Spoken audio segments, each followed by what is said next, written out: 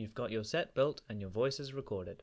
All that's needed are some epic mods and some settings tweaks and you're good to go. First up, you have to choose a version of Minecraft to work from so all your mods will be compatible. I chose 1.8 because there is a good range of stable mods for this release. However, some mods from much earlier versions may still work, it's just a matter of luck. Any Minecraft release lower than 1.8 will not have spectator mode, which is essential for filming. Now, there are 1,000,001 mods out there, but I'm going to show you the particular ones I used. The first and foremost is Optifine. This really is a Minecraft essential even when not filming. It will boost your FPS, usually by a significant amount, as well as providing a host of graphics settings previously unavailable. It also has native support for shaders, which is insanely cool. The second is Sushin's Camera Studio. This is an excellent mod that allows you to create smooth and very customizable camera shots. It's very easy to use and is a must for any kind of moving shot. The next is Mobends. This adds some great animations to walking, running, jumping, swimming, etc. It also adds some spice to fighting animations. Custom NPCs is useful for creating simple characters that you do not have the actors for. It is also useful for posing people lying down and making crowns.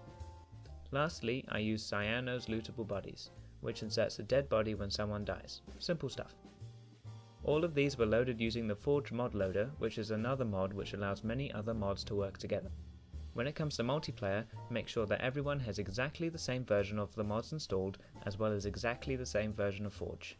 They must also have all the mods that everyone else has, with no extras or anything missing. If this doesn't happen, you won't be able to connect at all. As I said before, there are so many other mods out there that you can use. One that is quite common is the Morph mod, which allows you to take on the model of any animal or mob in the game. Basically, if you want to do something that Minecraft doesn't do yet, there's probably a mod for that. Something else to consider is a resource pack. These will change the textures in-game. The default Minecraft textures aren't that fantastic, and a good resource pack can really up the production value, as well as change the feel and the atmosphere of your movie. Some good ones are Chroma Hills and John Smith. Just note that the higher the resolution of the resource pack, the higher the impact on performance. If you have a really beefy computer, get some shaders going. Shaders will add realistic shadows and water effects, making for a game that looks entirely different and much more professional. The most famous ones are Sonic Ether's Unbelievable Shaders and CUDA. They come in many different versions, so choose the one that best matches your computer's power. Lastly, it's a good idea to tweak some of the settings to get the most performance or quality out of the game.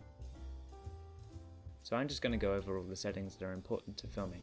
First of all, in music and sounds, you want music to be off, and you probably want the weather to be turned down, but you want the master volume of 100%. In video settings, if you go to shaders, if you're using shaders, you want shader quality at 2 times, and in shader options you want the grass off and the wheat off, though this is a personal preference, and I've got the waving leaves on. And in details, you want the clouds, you want clouds off, because if I turn them on you can see up here it's created this disgusting default clouds that clash with the shader clouds. You want the trees on fancy because that means they're translucent. You want the vignette on fast, which means off, so that means there won't be like a dark patch in each corner of the screen. You want the rain and snow on fancy, and the cloud height doesn't apply with shaders. You also want entity shadows to be on. In animations, just leave everything on. You want the fog to start at 0.6, because that's kind of not too close but not so far away that you'll see the outline of the blocks. You want the frame rate locked at either 30 or 60 FPS, because anywhere over 30 FPS, if you're recording at 30, will be a waste of frames, you don't need those.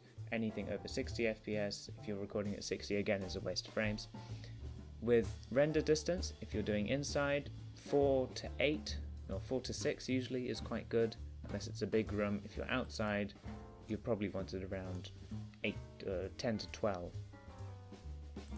In performance, smooth FPS is off, fast render is off only because it's incompatible with shaders. Got fast math on, and in other,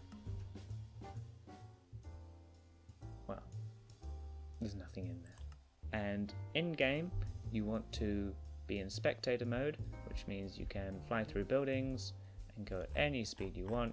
If I scroll forward, I can go, well, actually ridiculously fast with sprint, and if I scroll all the way back, it can almost be to a standstill. So that's great if you want to get those different shots.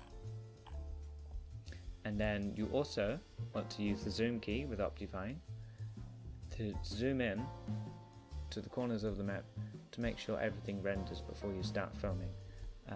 That key would be, yeah, zoom. So I've got that down to R right now. And that's it. My 3 tips for this time are: make sure you choose version 1.8 or later. It is the earliest version with all the tools you need and has a good mod base. Choose a good resource pack. It will go a long way to giving you the movie atmosphere you want. If your computer is up to it, install shaders. The graphic quality is just fantastic. At this point, all you need is some recording software and you are on to filming. I'll cover that in the next video.